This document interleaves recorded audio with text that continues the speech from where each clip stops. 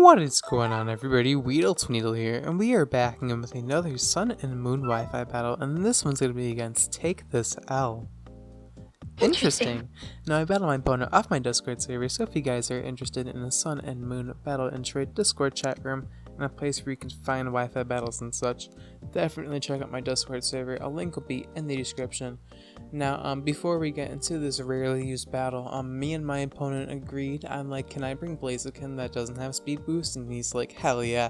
And he's like, can I bring Alligator because it's being suspect tested in RU? And I'm like, hell yeah. So we had a mutual agreement here. So if there's any arguing in the comments, you'll probably get flamed for it, so don't. Because, yeah, anyway, our teams are very spicy, no need to really talk about them. We both have some pretty power picks in there. I'm using Guzzlord, Lurantis. I haven't used Lurantis in months, honestly. Using regular Kangaskhan as well, so it's like featuring the basic bitch forms of very broken Pokemon. Pretty cool. Anyway, my opponent is going to lead off with the Frostlass, as I'm going to choose to lead off with my Momdre. My Kangaskhan, a very funny nickname for Kangaskhan. Now, turn 1, I'm going to go straight for Fake Out because I do have the Scrappy ability, and then there's no reason not to go for Fake Out. I can flinch the Frostlass, break its Focus Sash, and I'm surprised my opponent let me do that, honestly. I thought that he would want to switch out into the Downfan, but, you know, this works for me. As now the Frostlass is going to choose to go for a Layer Spikes. I'm not afraid of this thing, really. I mean, if he wants to go for Will-O-Wisp, that's fine. If he wants to Destiny Bound me and not lay up Spikes, that's fine with me, because I don't really have a Hazard Remover, but he decides to just choose to lay up a Layer Spikes in exchange for his life, but that is a fair enough play because I don't have any Hazard Remover on my team because I don't know why. One thing I forgot to mention is that my opponent has like an obsession with Cherish Balls. I don't know if it was like on accident or if my opponent really just likes Cherish Balls, but either way, some certain person's probably very triggered by the Cherish Balls. I mean, I could really care less because they're just freaking Pokeballs, and I can care less about what Pokeballs you use. So you want to use freaking cool ass fucking Pokeballs? That's cool. I miss back and forth stuff doing those like seals and stickers. You can put on Pokeballs and they have the like unique animations. That's like a hint. They're totally 4th gen remakes confirmed. Anyway, I brought in Lurantis onto the Donphan. Now I'm gonna go for the Leaf Storm, as Honchkrow actually doesn't tank that too well. Named Shofu. I think Shofu's favorite Pokemon is Honchkrow because I remember him telling me that back in 4th gen or something like that. I wonder if that's changed. It probably still is Honchkrow. But now I'm going to switch out and bring in my Relicanth, as my opponent is just going to go straight for the Z move, I do believe. I'm hoping that it isn't like freaking the Dark Z move, but it ends up being the Flying Z move, and I'm like, okay, this is fine. I thought for a second that it was the Black Hole Eclipse and that my Relicanth would get bodied, but I should be able to tank Supersonic Sky Strike. I know Z moves are broken as hell, but I'm thinking that Relicanth with max defense, max HP, that resists the stat Brave Bird. You know, it does like 54 damage, I believe, so that's cool. That's cool. Relicanth just phase tanks that, which is nice. And I don't think this Honchkrow wants to stay in on me, so I can go straight for Aqua Tail here. I could lay up Stealth Rocks, but I figured that Donphan's coming back in, honestly. So Blunt Roller comes in. That is a very interesting nickname. I don't really.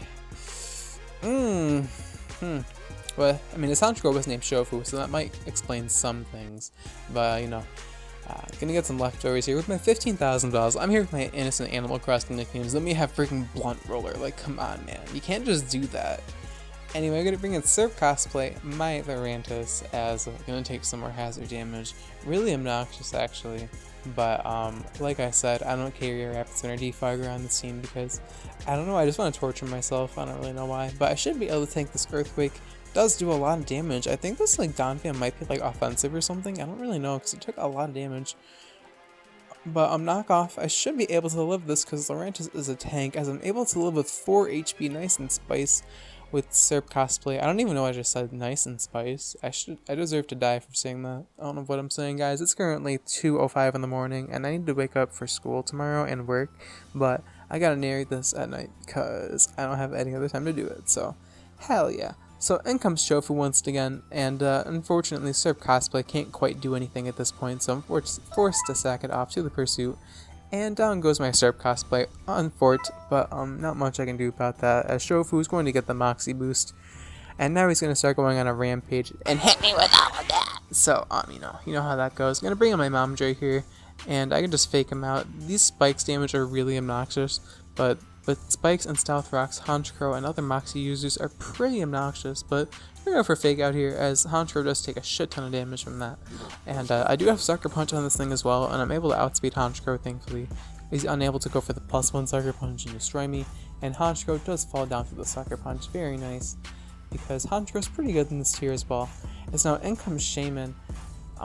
Shaman, I have no idea what this Shaman set is, but I don't really want to stand on this thing, but I'm pretty much forced to, as he's just going to go straight for Seed Flare. He does outspeed me, which might mean he's Scarf, but I don't really know. I think Kangaskhan speed's not base 100, unfortunately. I think it's Mega Kangaskhan, so I don't think I could outspeed Shaman anyway. But now I'm going to bring in my Blaziken here. You guys are probably wondering what Blaziken set is this guy running, but it's nothing too, like, unordinary. I guess it is unordinary. People would not expect this normally. So he's going to bring an Anus Rammer. I don't even know how this guy's thinking this got through the freaking filter. They probably didn't. But I'm going to go straight for Focus Blast here. Nice stab Specs Focus Blast with my Blaziken. Because I don't know if you guys have noticed, but in this game of Pokemon, there's a very few special attacking fighting types in the game. Like there's like Lucario and Mienshao kind of, and like you can argue Virizion maybe, but there's not that many. Pheromosa was a good one, and Keldeo, but like other than that, Blaziken's pretty much one of the other ones, and then what other ones? I can't really think of any, so there's not that many special attacking fighting types in the game. So if we had Blaziken in RE, we'd have a nice special fighting type attacker, which is very useful, honestly, more useful than people think. And Blaziken also has a nice variety of sets. But that's not going to happen because Smogon Complex Band's going to, rip on our dreams, but there's no problem with that. That's not a topic I should be talking about in the video. I just wanted to use Blaziken because why not? Blaziken's one of the coolest starters ever created, in my opinion, and if you disagree, that's just your opinion. And I do actually have Vacuum Wave on this thing because Blaziken does get access to Vacuum Wave through a Gen 4 move, tutor move, which is pretty cool. I've had this Blaziken for about like 8 years, so it's probably longer than I've had this Blaziken since some of you guys were in diapers, which is pretty depressing actually to even think about. But getting off that topic, in comes Shaman, as now I'm going to go straight for the Vacuum Wave because I have no reason not to, as it does do like a nice chunk to the Shaman. Maybe the Shaman's Assault Vest? I don't really know. Maybe Shaman's just base stats are pretty good. But now I'm going to bring in Ultra Thick, my Guzzlord, and I'm going to take a shit ton of hazard damage because the entry hazards are really obnoxious and entry hazards are low-key broken.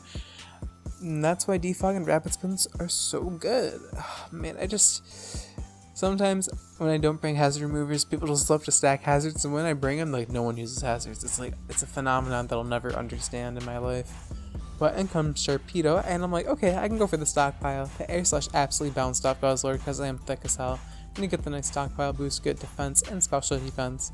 And I should be able to live any one of Sharpedo's hits. He went for Dark Pulse earlier, so I think he does carry Ice Beam, as I'm right in that assumption. I should be able to tank this, as Guzzlord does barely tank it. He doesn't get frozen, thankfully, as now I'm able to go for my Z move. And this one shouldn't be too surprising to you guys that have used Guzzlord before. This is pretty much its only good viable set I can think of, really. So I'm going to use my Z stockpile here, which does heal you back to full HP, so using stockpile now is low-key viable if you use it in the right situation. So I'm able to get the stockpile, get another defense boost, and now I'm at 300 HP again, which at level 50 is a ridiculous amount with +2 in your defenses. And yeah, I could just face tank this Ice Beam with ease. If he freezes me, that would be a little bit unfortunate, but I should be able to face tank that, as that did absolutely nothing. That really did nothing.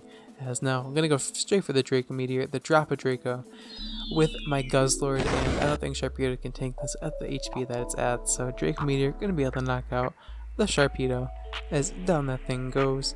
And yeah, down goes Sharpedo, and my opponent's last mon is Shaman. We're gonna get the nice Beast Boost after the Draco Meteor. So many poke game references, holy shit, dude. As now in comes Shaman, as now I can just go straight for Fire Blast again, no reason not to, as Shaman's gonna proceed to attempt to be Togekiss, but unfortunately Shaman is not in its broken Sky form, and I'm gonna get flinched. Unfortunately, I guess Shaman's trying to be its Sky form here, and it could have worked for him. I could get potentially swept by Air Slash, because I think Shaman outspeeds everything on my team. So yeah, Air Slash gets another flinch here. I'm really hoping that this doesn't actually happen to me, and I don't lose to Scarf Air Slash Shaman, but that would be the ultimate clickbait title, so I really wouldn't be that mad. But unfortunately, I'm able to connect the Fire Blast. But Shaman does live on, so there's still the chance of it, as get the burn, unfortunately, so the chances of Shaman flinching my hopes and dreams are gone. So I mean, I wouldn't really call it hopes and dreams, but it would be funny as hell if I actually got destroyed by air slash Shaman. But yeah, I actually dodged the freaking air slash, ironically enough, as now Dark Pulse is just going to destroy the freaking Shaman's hopes and dreams of ever being Togekiss, and TakeDisL just gets destroyed by Guzzlord. Very fun battle. I actually really enjoyed using Specs Blaziken. I'm gonna have to use it more often because I actually enjoyed using it a lot. But I hope you guys did enjoy this battle. If you guys did enjoy the battle, I really would appreciate if you hit the like button, as it's the best way to support the channel, and I really appreciate the support you guys have been giving me lately. The likes and comments, it means the world to me, and I just love you guys so much.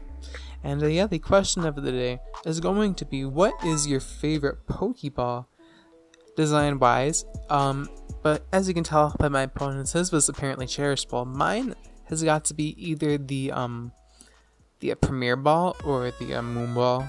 Yeah, Premier Ball or Moon Ball, those look the coolest to me. And yeah, let me know in the comments down below what your favorite, Pokeball design is. And yeah, I'll check you guys in my next video. Alright, peace.